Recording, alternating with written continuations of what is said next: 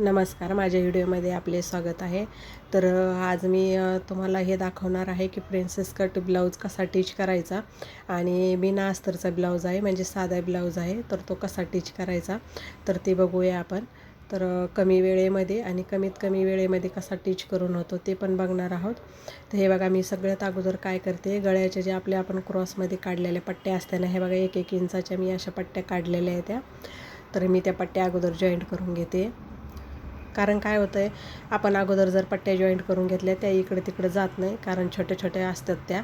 तर मग ते आपल्याकडून काय होतं, ब्लाऊज शिवताना इकडे तिकडे पडतात. त्याच्यामुळं अगोदर त्या टिच करून घ्यायच्या, एकाला एक जॉईंट करून घ्यायच्या. आणि आता ही प्रिन्सेस कट ब्लाऊज आहे, बिना अस्तरचाच आहे.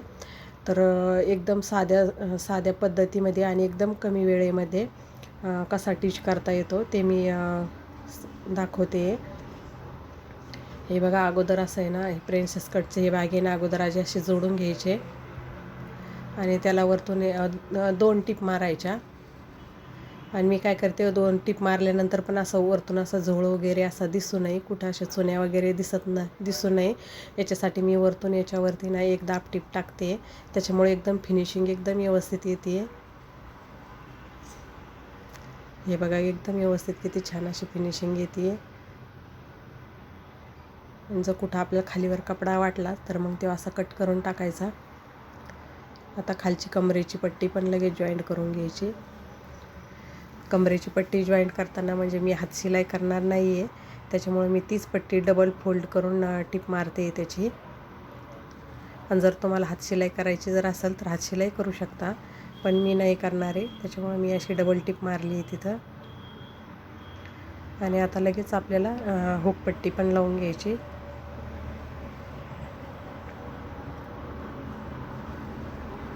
म्हणजे अशा जर पद्धतीने जर तुम्ही ब्लाऊज शिवला तर खूप कमी वेळ पण कमी लागतो आणि ब्लाऊज पण पटकन शिवून, म्हणजे असं हे नाही होते, लई वेळ लागत नाही ब्लाऊजला. स्टेप बाय स्टेप जर तुम्ही शिवला ना तर काहीच वेळ लागणार नाही.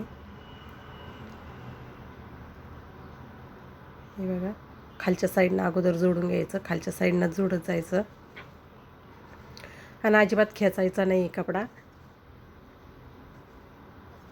आपण कट करताना व्यवस्थित कट केल्यामुळं तो बरोबर पुरतो आहे, म्हणजे कमी पडत नाही आहे. फक्त खेचायचा नाही, मग खेचल्यावर काय होतं, चुन्या येत आहे त्याला मध्ये. हे बघा, असं इकडच्या साईडनं पण मी अशी दाबटीप मारून घेते त्याच्यावरतून.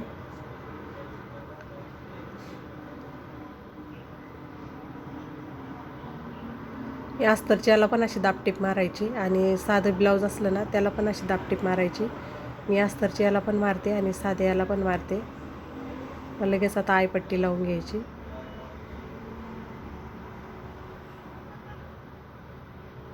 आयपट्टी लावताना मी काय करते, म्हणजे मशीनवरच मी आय बनवते.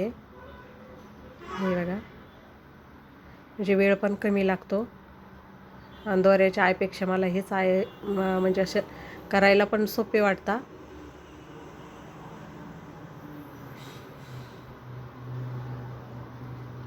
पण एखाद्या कस्टमरचे असतात की त्यांना दोऱ्याचे लागतात, मग तेव्हा दोऱ्याचे आपल्याला करून द्यावं लागते. बघा, जो एक्स्ट्रा कपडा आहे तो कट करून घ्यायचा. आता इकडच्या साईडनं पण आता याची कंबरपट्टी, खालची पट्टी लावून घ्यायची आहे. म्हणजे हा 36 साईजचा ब्लाऊज आहे, तर 80 सेंटीमीटर कपड्यामध्येच बसतो आहे तो ब्लाऊज. फक्त थोडे असे जॉईंट वगैरे द्यावं लागतं, जॉईंट करावं लागतं कपडा.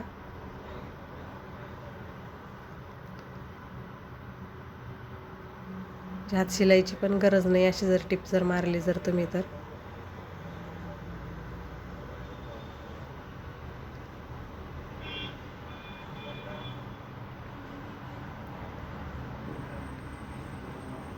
म्हणजे प्रिन्सेस कटचा कप पण एकदम व्यवस्थित येतात वरती. आणि हुकपट्टी आणि आयपट्टी कधी पण फिटिंग करताना जॉईंट करून बघायची. थोडी लहान मोठी होतीच ती, जे एक्स्ट्रा आहे ते कट करून घ्यायचं. हे बघा, आता पाठीचा भाग जोडून घ्यायचा. पाठीच्या भागासाठी मी पाठीच्या अगोदर टक्स मारून घेते.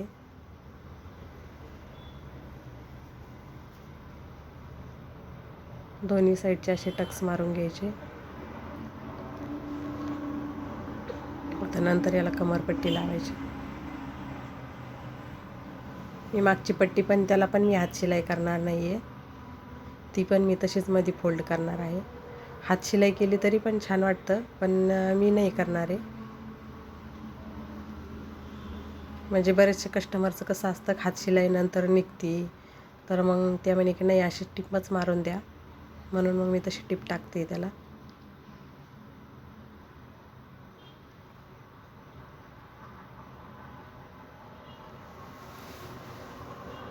आता जॉईंट करून घ्यायचं. हे बघा, मागचा भाग आणि पुढचा भाग असं जॉईंट करून घ्यायचा.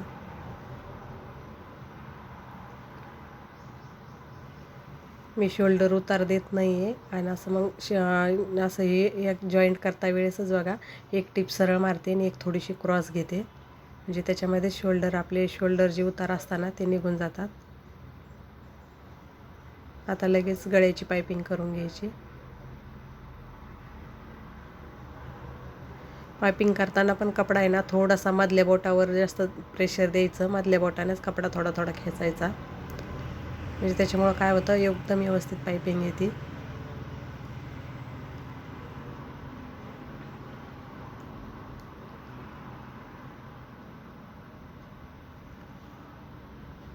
मी फिटिंग करायच्या अगोदर पायपिंग करून घेते. हे बघा, असा कपडा थोडा थोडा असा मध्ये फोल्ड करायचा आणि वरतून टिप टाकायची. ह्याच्यामुळं काय होतं, पायपिंग एकदम व्यवस्थित येते. म्हणजे आतल्या साईडनं पण अशी फिनिशिंगमध्ये दिसते आहे, आतल्या साईडनं पण असे धागे वगैरे दिसत नाही आहे.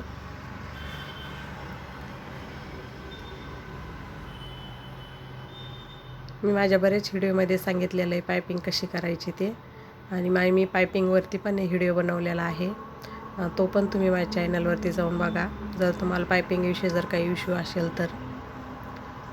हे बघा, आता नुसता मध्ये कपडा फोल्ड करायचा आणि वरतून टिप टाकायची, एकदम व्यवस्थित पायपिंग येते, आणि चपटी पण येत नाही आहे, एकदम व्यवस्थित गोल अशी पायपिंग येते आहे.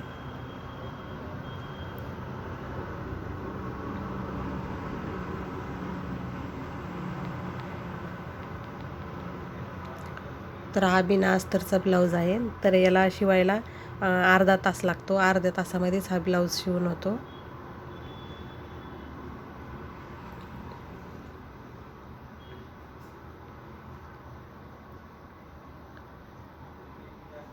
म्हणजे वेळ लागायला कटोरी ब्लाऊज इतकाच वेळ लागतो. साईडला असं फोल्ड करून लॉक करून घ्यायचं. हे बघा, किती मी एकदम व्यवस्थित गोल अशी पायपिंग आली आहे आपली. आता फिटिंग करताना दोन्ही भाग अशी व्यवस्थित टाकून घ्यायचे. पाठीचा मधला सेंटर काढून त्याच्यावरती बरोबर अशी आता ही हुकपट्टी ठेवायची. आकार वगैरे एकदम व्यवस्थित आहे का ते बघायचं आहे. कुठं कमी जास्त जर वाटत असेल तर ते कट करून घ्यायचं आहे. दोन्ही साईडनं तसंच करायचं, नाही तर मग काय होतं, आपलं शिवण्यामध्ये कमी जास्त होऊन जातं, आणि मग फिटिंग करता वेळेस आहे ना खालीवर होऊन जातं. त्याच्यामुळं काय होतं, मुंड्याच्या आकारमध्ये तिथं पण एकदम सरळ रेषेमध्ये येत नाही, तिथं पण खालीवर होतं. एकदम व्यवस्थित असं आलं पाहिजे. त्याच्यामुळं आपण फिटिंग करायच्या अगोदरच बघून घ्यायचं. आणि आता आपण आता बाही जॉईंट करून घेणार आहोत. तर बाही पण कपडा कमी असल्यामुळं दोन्ही साईडनं मला त्याला जॉईंट करावं लागणार आहे. तर मी असे दोन्ही साईडनं जॉईंट करून घेते. नंतर ते दिसत नाही आहे, पण आपल्याला कपडा कमी पडतो, त्याच्यामुळं असे जॉईंट करून घ्यावा लागतात कपडा कमी असल्यामुळं. नाहीतर आता हाच ब्लाऊज जर 1 मीटर जर कपडा असता तर एकदम व्यवस्थित झाला असता, पण काटकसर करून 80 सेंटीमीटरमध्ये पण हा होतो. फक्त आपल्याला कपड्याचं थोडंसं जॉईंट वगैरे करावं लागतात. तर मी बाहीला आहे, तर बाहीला हात शिलाई करणार आहे, त्याच्यामुळं मी बाहीच्या याला हात शिलाईची टिप टाकली आहे तिथं. हे बघा, 5.5 बाही घ्यायची आपल्याला, तयार ती 5 आहे. वरतून अर्धा इंच जाणार आहे शिवण्यामध्ये, आणि मग नंतर बाहीला आकार देऊन घेते मी.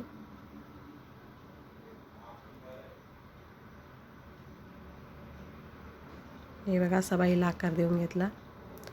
आता दुसऱ्या बाईचं पण आपण तसंच करणार आहोत.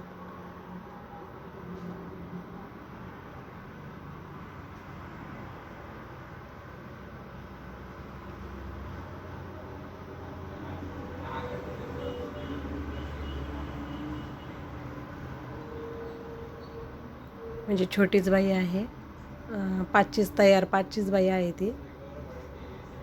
आणि अशी बाई जॉईंट करून घ्यायची. बाई जॉईंट करताना मी काय करते, अर्धी बाई अगोदर जॉईंट करते आणि अर्धी म्हणजे सरळ साईडनं, आणि अर्धी जी बाई आहे ती उलट्या साईडनं अशी जॉईंट करून घेते. म्हणजे असं तुम्ही ह्या जर पद्धतीनं असा जर ब्लाऊज शिवला, कोणचा भाग केव्हा जोडायचा, मग स्टेप बाय स्टेप जर शिवलं ना तर काहीच वेळ लागत नाही. खूप कमी वेळेमध्ये होतो हा ब्लाऊज शिवून. कटोरीचे ब्लाऊजला पण तसंच आहे, आणि आपण हा जर प्रिन्सेस कट शिवायचा म्हटलं त्याला पण तसंच आहे. फक्त आपली शिवण्याची पद्धत एकच ठेवायची. अस्तरचे ब्लाऊजला पण हीच ठेवायची.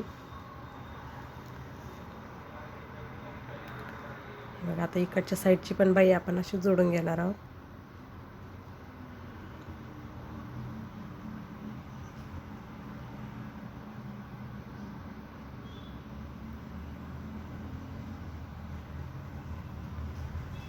आणि आतून फिनिशिंग येण्यासाठी मी त्याला अशी टिप मारून घेतली अगोदरच.